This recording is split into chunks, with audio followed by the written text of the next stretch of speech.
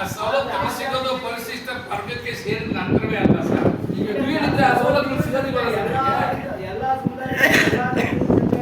ನಮ್ಮ ಸವಲತ್ತುಗೋಸ್ಕರ ಹೋರಾಟ ಮಾಡಬೇಕು ಆದ್ಯತೆ ಕರ್ನಾಟಕ ಮಡಿವಾಳ ಸಂಘದ ಸಹಯೋಗಕ್ಕೆ ನಡೀತಿರುವ 14ನೇ ತಾರೀಕು ಮಾರ್ಚ್ ತಿಂಗಳ 2020 ನಡೆಯುತ್ತಿರುವ ಅವರ ಪ್ರತಿಭಟನೆಗೆ ಬಗ್ಗೆ ಇವತ್ತು ಒಂದು ಪತ್ರಿಕಾಗೋಷ್ಠಿ ಕರೆದಿದೆ. ಸೊ ಪತ್ರಿಕಾಗೋಷ್ಠಿಗೆ ಆಗಮಿಸಿರುವಂಥ ಎಲ್ಲ ನನ್ನ ನೆಚ್ಚಿನ ಪತ್ರಕರ್ತರು ಹಾಗೂ ಎಲೆಕ್ಟ್ರಾನಿಕ್ ಮಾಧ್ಯಮದ ಎಲ್ಲ ನನ್ನ ಸ್ನೇಹಿತರಿಗೆ ಸ್ವಾಗತ ಕೋರ್ತಾ ಮತ್ತು ವೇದಿಕೆ ಮೇಲೆ ಕರ್ನಾಟಕ ರಾಜ್ಯ ಮಡಿವಾಳ ಕ್ಷೇಮಾಭಿವೃದ್ಧಿ ಸಂಘದ ರಾಜ್ಯಾಧ್ಯಕ್ಷರಾದ ಹನುಮಂತಪ್ಪನವರು ಇವತ್ತು ವೇದಿಕೆಯಲ್ಲಿದ್ದಾರೆ.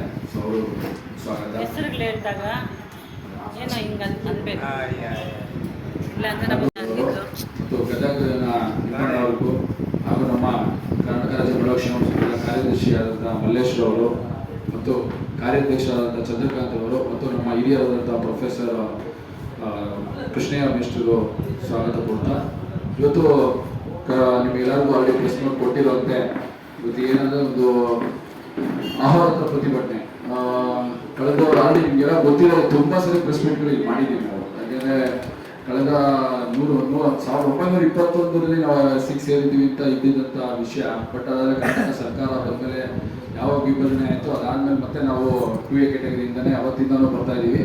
ನಮ್ಮ ಕ್ಷೇಮಾಭಿವೃದ್ಧಿ ಸಂಘದ 2000 ಹಲವು ನಾಯಕರುಗಳು 1950ರಿಂದನೂ ಇದ್ರ ಬಗ್ಗೆ ಹೋರಾಟ ಮಾಡ್ಕೊಂಡು ಬರ್ತಾನೆ ಇದ್ದಾರೆ.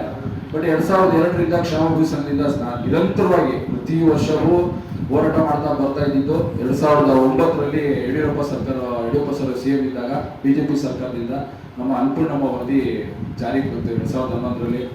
ಸೊ ಅದಾದ್ಮೇಲೆ ಮತ್ತೆ ಪಾದಯಾತ್ರೆಗಳು ಇಲ್ಲಿ ಕನ್ಯಾಕುಮಾರಿಯಿಂದ ಕಾಶ್ಮೀರ ತನಕ ರಥಯಾತ್ರೆ. ಸೊ ಹಲವಾರು ರೀತಿ ಹೋರಾಟ. ಮತ್ತೆ 2011ರಲ್ಲಿ ಫ್ರೀಡಂ ಪಾರ್ಕಲ್ಲಿ ಇದೇ ಕ್ಷೇಮಾಭಿವೃದ್ಧಿ ಸಂಘದಿಂದ ಒಂದು ಹೋರಾಟ ಮಾಡಿದ್ವಿ. ಸೊ ಈ ಥರ ಎಲ್ಲ ಹೋರಾಟಗಳು ಮಾಡ್ಕೊಂಡು ಬರ್ತಾ ಇದ್ವಿ. ಅದು 2017 ಯಾವ್ಯಾವ ಸರ್ಕಾರ ಬಂತು, ಸಿದ್ದರಾಮಯ್ಯ ಸರ್ ಆಗಿರ್ಬೋದು, ಕುಮಾರಸ್ವಾಮಿ ಸರ್ ಆಗಿರ್ಬೋದು, ಯಡಿಯೂರಪ್ಪ ಸರ್ ಆಗಿರ್ಬೋದು, ಯಾರು ನಮ್ಮನ್ನು ಮುಖ್ಯ ಭೂಮಿಕೆ ತರಲಿಕ್ಕೆ ಯಾರೂ ಪ್ರಯತ್ನ ಪಡಲಿಲ್ಲ. ನಾವು ಇವತ್ತೂ ಎಷ್ಟು ಕಷ್ಟಪಡ್ತಾ ಇದ್ದೀವಿ ಅನ್ನೋದು ನಿಮ್ಗೆಲ್ರಿಗೂ ಗೊತ್ತಿದೆ.